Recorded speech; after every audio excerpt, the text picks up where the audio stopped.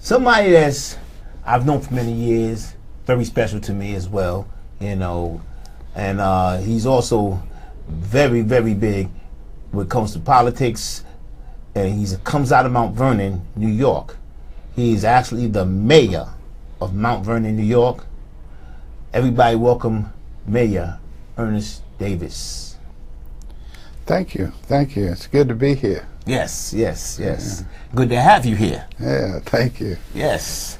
Yes, you know, I've been wanting you on this show for a while, you know, because, you know, I've known you for years, and I've been on your show as well, WVOX. You know, you have a very good show, and got nice views, and I liked your show, and I really appreciate that you had me and my artist Chantel on your show. So, you know, I definitely need you on this show, you know what I'm saying? It felt good to have you here. And talk about all the good things that you've done for Mount Vernon, what you plan on doing for Mount Vernon, you know what I'm saying? Hoping that everybody knows he's running again in the election. Please vote for this man. I mean, he turned Mount Vernon around and done a great job over the years. I can't, hats off. I have nothing else more to say. You already know. Everything that was built there from Target, you know what I'm saying, doing the Awesome Third, Summer Breeze, you know, he's done so much work there, you know, some Memorial Field. Got a lot going on, and you know what I'm saying, he's been in office since going on his 4th term, right? Yeah, I'm in my 4th term. In his 4th term. That's history. How many mayors you know do 4 terms? You know? There's a reason behind everything. This man right here has put in so much work, and he, you know what I'm saying, and he's rewarded by all the work that he's done. We could look at Mount Vernon and see how it's prospered so much, you know? And just want to talk to him about basically about, you know, what's going on with the election and so forth. What are your future plans, Mr. Davis? Well, my immediate future plan is to get reelected. Absolutely, absolutely. There are people who don't want to see that, but really, I'm an architect by profession. Never thought I would be in government at all. In fact, I knew I wouldn't be, but it just goes to show you God moves in mysterious ways. Mount Vernon is a very unique place. Yes. I'm not originally from Mount Vernon. I'm originally from Charlotte, North Carolina, but I came to Mount Vernon I was 21, just out of college, A&T, the sit-ins in the South. But I worked in New York City for 17 years. Yes. I lived in Mount Vernon, but I didn't know too much about it. And I decided to have a practice, architecture practice. And that's how I got involved in politics. Thomas Sharp was the mayor then. Then I became the building commissioner, chairman of the planning board, chairman of the real estate board. I was the assessor, and then I left government to go into practice, which I did, but I also became the county legislator from Westchester County, the 13th district. And after I did 12 years in the legislature, I thought I was through. I'm through. Okay. And then they encouraged me to run for mayor. At the time, I had long dreadlocks, and I remember. And yes. So I was having a good time. Okay. But then it struck me that I was uniquely qualified as an architect, yes, and with all the experience that I've had in government to run for mayor. And I ran successfully for mayor for 3 terms, and then I ran for the 4th term and lost the election. Right, I remember. And then after that, I'm through with politics, that's it. And then I was encouraged to come back, and here I am. That's it. That's it. Now, you know, and you worked your way up the ladder successfully. You know, it all comes in steps. And I know it's how the steps that you took. You definitely put all the hard work in, and that's why you're still here. Well, yeah. You know, the people have done that for me. I've tried to work hard for the betterment of the city. I truly believe that we have an opportunity to take Mount Vernon to another level. Yes. And this term we've been extremely successful in building. We have more building now going on than any other time in recent history.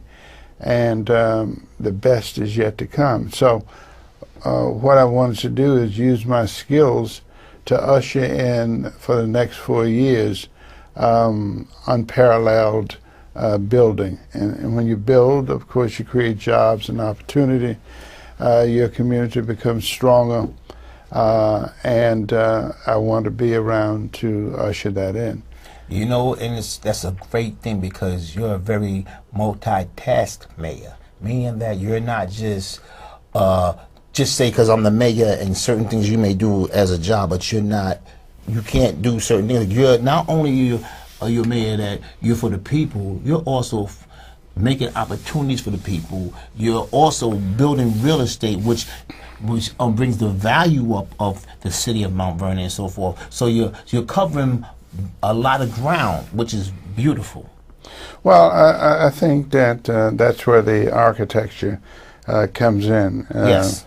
And it's not something that most politicians have. Most architects don't go in politics. I doubt if there are more That's rare. than 2 or 3 in the country. It shouldn't be, but I'm trying to encourage people to get involved in politics, because that controls where you live, work, play, don't play. Absolutely. And the other thing is that I've tried to use my office to create jobs and opportunities for people who have been left out, especially men of color have been ostracized. And of course, when that happens, when you can't get a job, you're underemployed, something else happens to the family. Yes. And when you don't have that strong family, then you can see what that breeds. Right. People need to work. Work is extremely important. And when you don't have that, you create other things that might not be in the good of society. Which is true. Very true. That's why a lot of people right now are in prison and so forth, because the fact that they chose other routes. They chose to do other things besides work. You know, like they said, God blesses you for your fruits of labor. So when you work, you get blessed for what you're doing. You get, not only do you get paid, but you see things, you learn things. You learn how to learn trades. You learn many things, be multitask, and not that, during the daytime when you're working, those are the hours that a lot of things happen. Yeah, we need to connect. People talk about crime, and the first thing they want to do is hire more police. Yes. To me, that is simplistic, and it really has no staying power, because if a person has not bought into the value system that's been established, Yes. They don't care about your value system. No, they don't. And so what we want to do is give value and worth to everybody's life. And I do believe that if we can do that, we'll have less problems in the street. True, and it helps build self-confidence in yourself, and you look at yourself in a different picture. And a lot of the young men, they need that right now. They need role models. But everybody needs that. Well, yes, true. I agree. You know what happens on Wall Street? Yes. When people lose their jobs and know where to go, some take the extreme measure of killing themselves.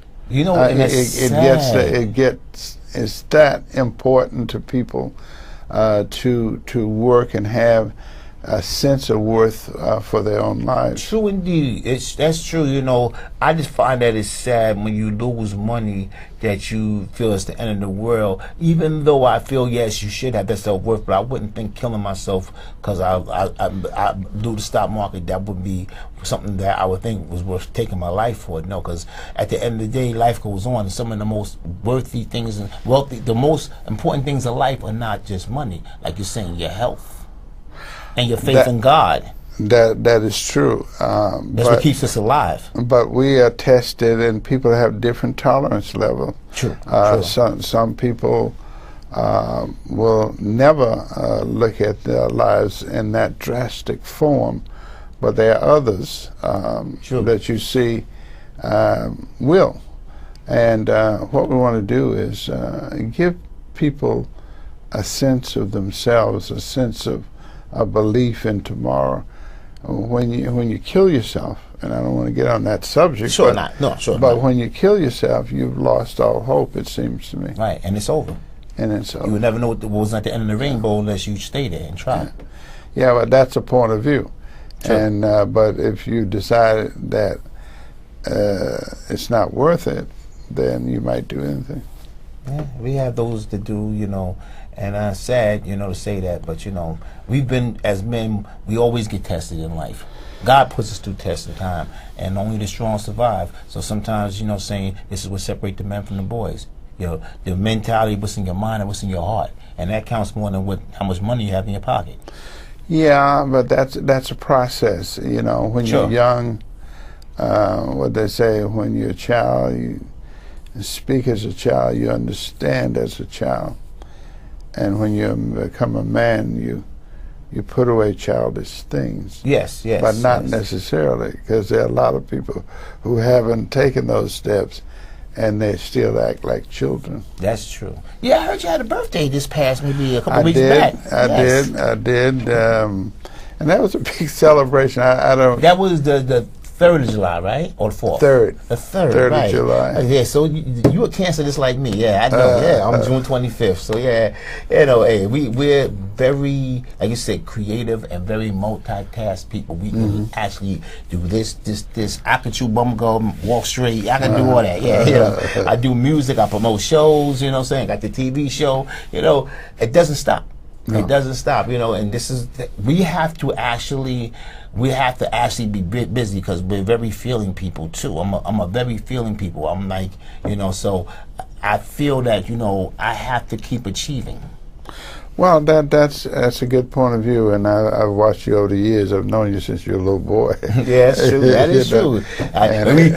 Me and Joe always call you Uncle Ernie. I know. Yeah. You actually wasn't you? You actually was in the house with my mother and father when my mother brought me home from the hospital. I think it was you, your sister-in-law, Miss Wynn, right? Uh-huh. So I used to live up the street on 7th? 9th Avenue and 7th Street. And you was I think you was there when my mother brought me home from the hospital when I was born, right? Yeah, it's very possible. Yeah, that's right. Yeah, I think I remember. And then you come over sometime with my father, because he did architecture for the city. I remember your father very well. Was you in college, or you finished college then? I had finished college then. Okay. Yeah. So he was showing you things, you were showing him things. Yeah. My father, big architect for the city of New York. He worked for 40 years, architecture engineering. He was chief of staff. He retired, and also one of the original 100 Black Men of America Club. Ah. Yeah. Okay. My father, big man. Yeah, I'm very proud of him. He was a role model for me. He showed me a lot. Miss him very dearly. And but the thing that was great was that even as a teenager, when you're young, you're hard-headed. You go through that age. You don't want to listen to nobody got to say. I thank God that when I got older, in my 20s, I woke up and I started listening to that man. By me listening to him, he saved me from a lot of things. Yeah. You know what I'm saying? When people are older and they wiser, the best learners, as I take for young men, the best learners are listeners. You're right. I think that when I grew up, and I say this often, is that my grandparents were the first, my parents too, but my grandparents especially, would take me around older people. Yes. And during that time, you could not talk when old people are speaking. Remember that? Oh, yes, sir. We couldn't talk at the table. Yeah. My grandmother, old-fashioned in West Virginia, she didn't play. You said your grace, you ate, and if you had to say something, it's either, can I be excused to use the bathroom or something like that, or can you pass the potatoes or the sauce? It was nothing else. To children, especially, maybe adults might say something, but children was seen and not heard. Well, there's a value to that, yes. And I think about that. They seem to be saying that, listen, this is your time to listen, not to talk. Yes. Because you really don't have anything to talk about. But if you listen, you'll learn, and I did. I listened. So right. I listened to how my grandparents talk. They would say phrases like, and when somebody wanted to talk about somebody else, my grandmother said, "I have 12 hours to mind my business and 12 hours to leave yours alone." I know that's right. And she would say, "How you doing?" She'd say, "Well, I ain't what I want to be. I ain't what I ought to be. But thank God I ain't what I was." That's it. That's and right. So we used to listen to my grandmother talk, and we would go back and snicker about it, and we didn't put too much stock in it until we got older. Got you. And That's then it starts to set in. It sits in, right? And you think back and you flash back to a lot of things they said when you get older sometimes, and then, like you said, it helps you out because some of that old-fashioned stuff nowadays really works. Where a lot of these young guys don't know that. They look at life like, say, like everything is fast nowadays. Everything is done fast. You know what I'm saying? Mm-hmm. My grandmother, like that song, used to say, "Take your time, young man. The world is not going nowhere. Okay, you're moving too fast. If you don't realize that, like I've heard Bruce Lee say this, when you move too fast, you might miss all the heavenly glory." Meaning that, you know what I'm saying, sometimes you sit back and let all that absorb in. Take your time, let it all absorb in so you don't miss nothing. Come on, your head is too big. There's no room for nothing else. Well, you know, we do, even though the world is spinning, we do, sometimes we miss things when we travel too fast. Sure. And that's youth. You know, you go down the highway, you see them all in and out of traffic. And there's an old saying, youth is wasted on the young. And to a large degree, that is true because you haven't absorbed the intelligence that is required for you to take the next step into adulthood. Yes, true. Now, I don't want to go too much on that. I want to actually talk to you about two things, the Austin Third, and then we're going to go into Summer Breeze. Okay. This year for the Austin Third, I know you, every year you do the Austin Third, and I want to tell you, and thank you at the same time, you do a phenomenal job. I love the fact that you brought talent to Mount Vernon. You brought different talent, different years. Even my artists have performed there. My artist, Pamela Red, she actually performed one year back in 2004. I never forget. And this is how I network, because I'm a promoter, and I network, and I manage people. So I met Melba Moore and her manager. Yeah. And what happened was they liked her. Yeah. They said, this is how I met her, because her manager was standing there, and after Panama, she had performed, right? I think she had went somewhere, and I was standing listening to the Melba Moore perform. So the guy standing there, and he said, "Yo, I liked your artist, that she was hot." I said, "Yeah, thanks, man. I appreciate that." I said, "What do? You do music?" He said, "Yeah, I manage artists." So, "Oh, yeah, you got any artists?" I said, "Yeah, that's Mars right there." Who, Melba Moore? I was like, "Wow." I said, "Okay." So, you know, we started chopping it up and talking and everything. He gave me his number and everything like that. And I was going to do a song. One of my artists was going to do a song with Melba. Unfortunately, it didn't work out. But, you know, I still, you know, got his number in the archives. And, you know, I never burn bridges because I never know how I might need him again. But at the same time, she got finished performing and he introduced me. He said, "This is MoBangem. This is the young lady that performed Panama Red. That was this is her manager." And she was like, "Yeah, I liked it. She definitely sounded good." You know what I'm saying? That made me feel real good because, like I said, she's an icon.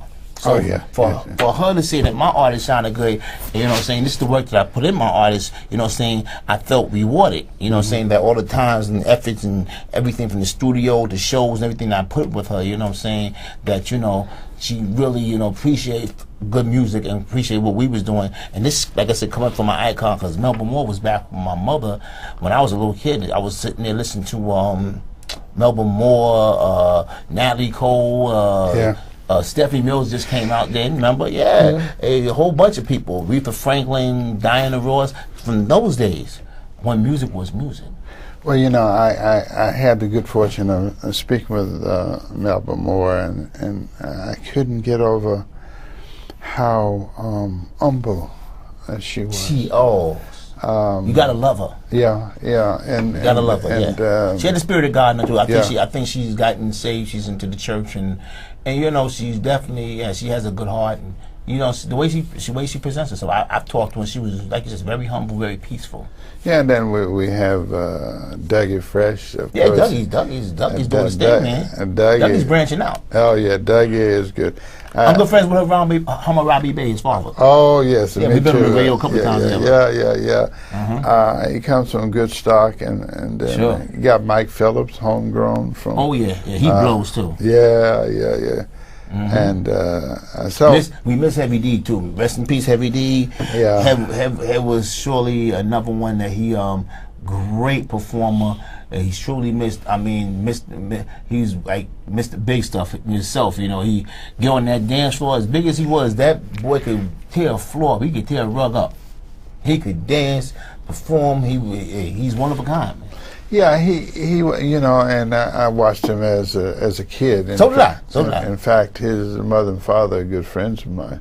Saw him last night, actually. We had the Delphonics there at Summer Breeze. I know them. Yeah, I know them. Because actually, I used to work with, I was promotional manager for Father Ray back a couple of years back. And they used to call me because they wanted to do some stuff with it too as well. You know what I'm saying? Yeah, they called me, the Truders. Different people had called me. What's his name too? Colonel Abrams' manager, they called me. Yeah. I used to talk to these guys because, you know, I was working with her as well and trying to get shows booked for her and so forth. Yeah, so yeah, I hear from these guys. I used to hear from them, basically. You know? But, yeah. Do you travel a lot? I haven't traveled lately. You know, I basically just been staying here locally, but I'm ready to start taking my show on the road. Start trying to go like different states, especially down to Atlanta and so forth. Like if somewhere in Florida too, I'm supposed to be trying to do a club, a big club they have down there.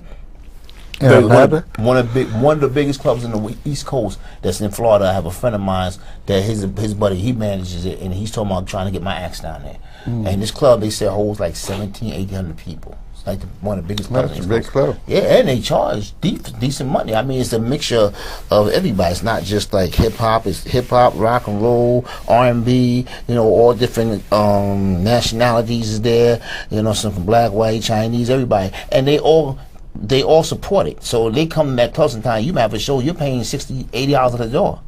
So you can imagine that times 1,800 people who pack that place.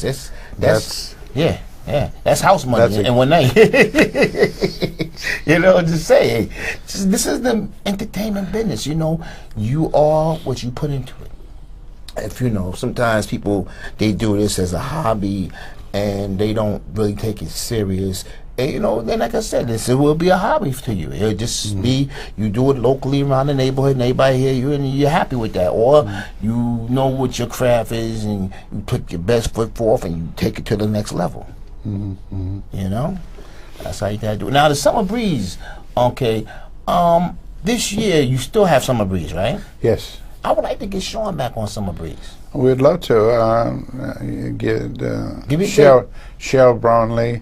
Okay. Kind of contact her. Cheryl that wins the Austin 32. No, Judah Williams runs Arts on Third. Right, but there wasn't a Shirley, the one that had the long fingernails. Oh no, that's Sherry Harris. Sherry Harris, right? I remember her too. Yeah. She's still very involved.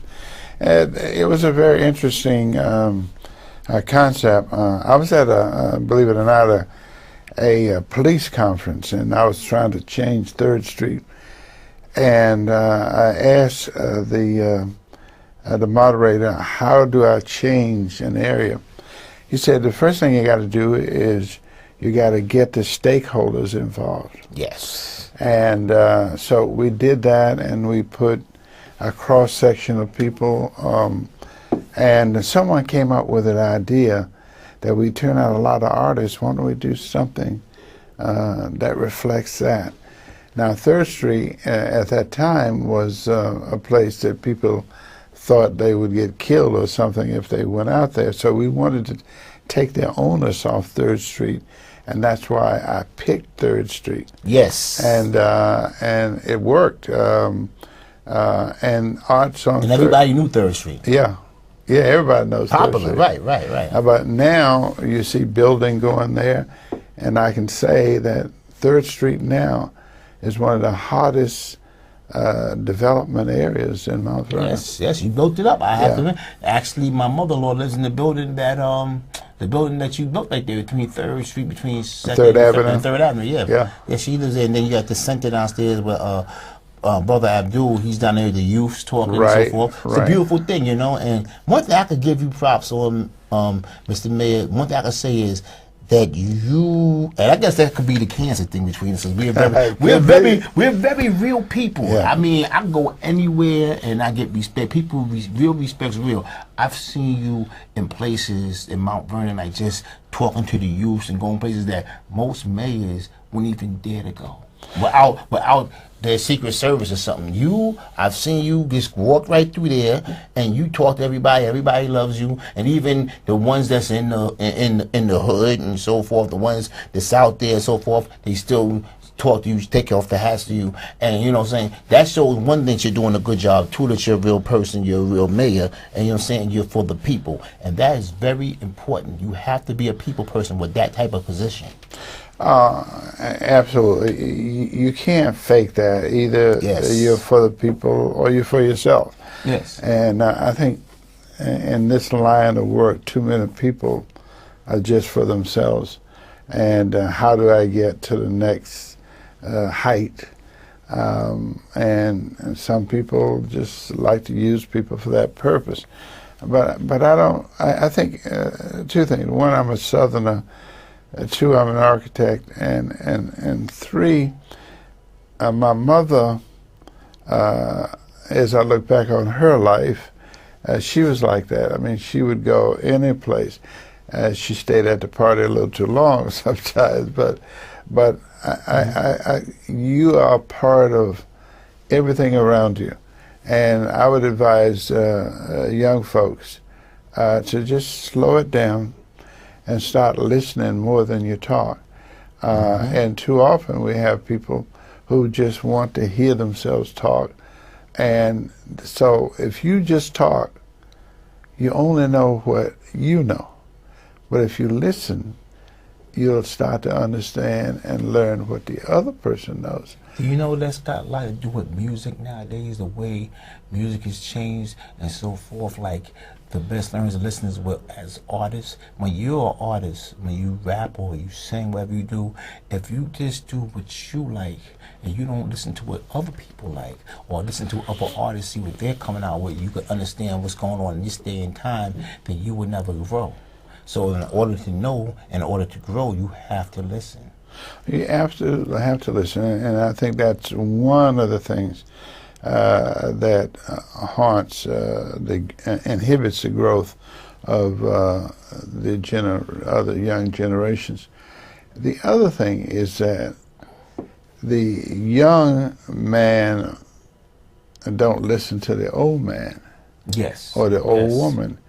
And I say to people, listen, I've been young, but you've never been old. That's right. And so so how do you expect to get to this step unless you understand the trials and tribulations of the former generation? And do you know these young children sometimes, it's not even that they don't understand. Some of them do. It's the way they're raised, so I can't knock them as the parents. See, that this all comes from home. A lot of these young children don't have real parents. They don't have real role models. When we was coming up, there was no law about if you chastise your child. Now, I don't believe in abusing your child. Totally not, no. And I usually nowadays at this day and age, I talk to my children. I don't put my hands on my children, you know what I'm saying? I don't do that now, because now I have it where I'm so mature that I know how to talk to them. And I know how to deal with them, and I know how to just look at them when they do something wrong. But you know, nowadays, butt whipping went a long way. You know, our parents would pop you on your butt in a minute. It wasn't you couldn't call CPS, you couldn't call BCW, you couldn't call Ghostbusters, you couldn't call nobody. Nobody's coming to save you. Who you gonna call? Like, who you gonna call? You know? You couldn't call nobody. You know, you got your butt handed to you, and you have respect. And that's a lot of this is what we lack in nowadays with these children. You know, just the discipline. And it's not even about the hands, but just that, you know what I'm saying, it's like they don't have respect for elders no more. A lot of them talk to their parents, to the elders like they're talking to some kid in the street, you know what I'm saying? They don't have the same respect anymore because the laws is different now, and about how you discipline your children, how you chastise them, how you deal with them.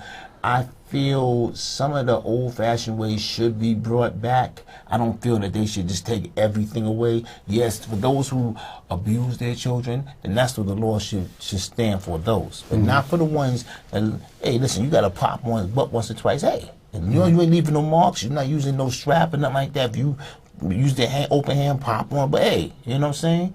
And let them know, you know what I'm saying? I don't feel there should be nothing wrong with that, because a lot of these children need that.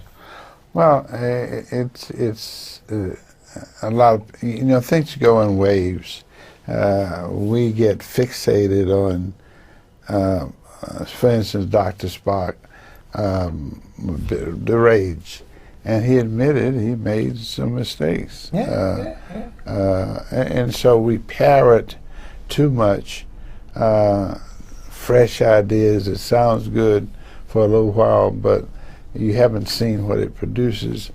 And we need to step back a little bit and see what is necessary in rearing a child. I mean, the other thing that I've, of course, observed is you can't teach what you don't know. Okay, Mr. Davis, we're going to have to cut the show short, but listen, it was a pleasure having you here.